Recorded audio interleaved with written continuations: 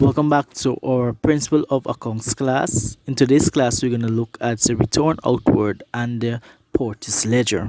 In the last class, we talked about what is the return outward, and we said that the return outwards are goods that are returned to our suppliers or person who we purchase credit from. So let's get into the example. We will use the same example. Records the following credit returns of purchases into the return outwards journal for detachment, posts relevant account to the purchase ledger, and then shows the transfer of the return outward account in the general ledger. 11th September, we return goods to A. Ali $180. 16th September, we return goods to B. Bill $100. 28th September, we return goods to Q. Cat $30. 30th September, we return goods to PPAT $360. As with any account, we need to place our heading, and we're creating this for D. Latchman. We're creating a purchase ledger for the month ending 30th September 2020. Then we create our T accounts. Now the ledger is basically a T account for each person that we're doing a transaction with. So the first one here, we have 11th September, we return goods to A. Ali. So we will place this T account. We'll be preparing for A. Ali. We put A. Ali at the top of this T account. We indicate our debit and credit side. And we ask ourselves, when we are returning goods to A. Ali, is A. Ali receiving or is he losing something? And the answer is that he's receiving back goods. I mean, he's getting back money, goods worth money value. In this case, we return it on the 11th September.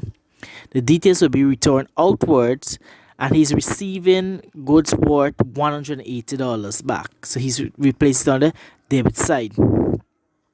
Then the 16th September, we return goods to B. Bill $100. So we create a next T account for B. Bill because it's a next person. We have to create a new ledger for that person, or new T account for that person.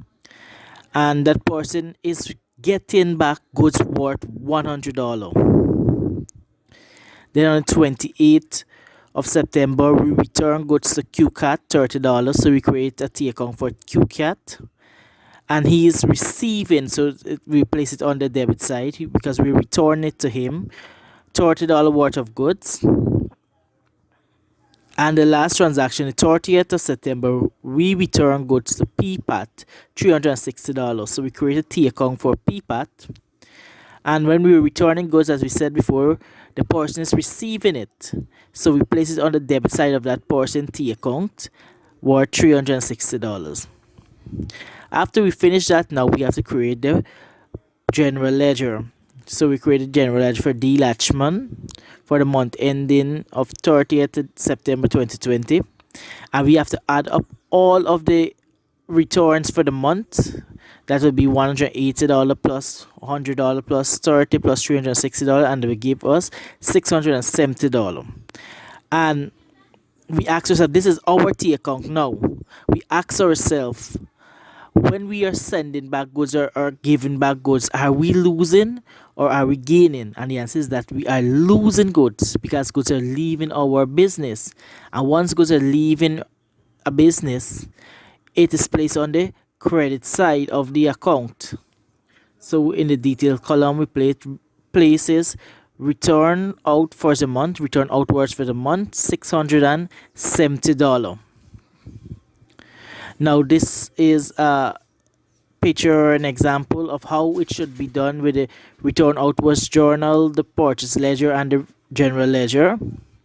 This is how it should look. You should remember that the work should be neatly done.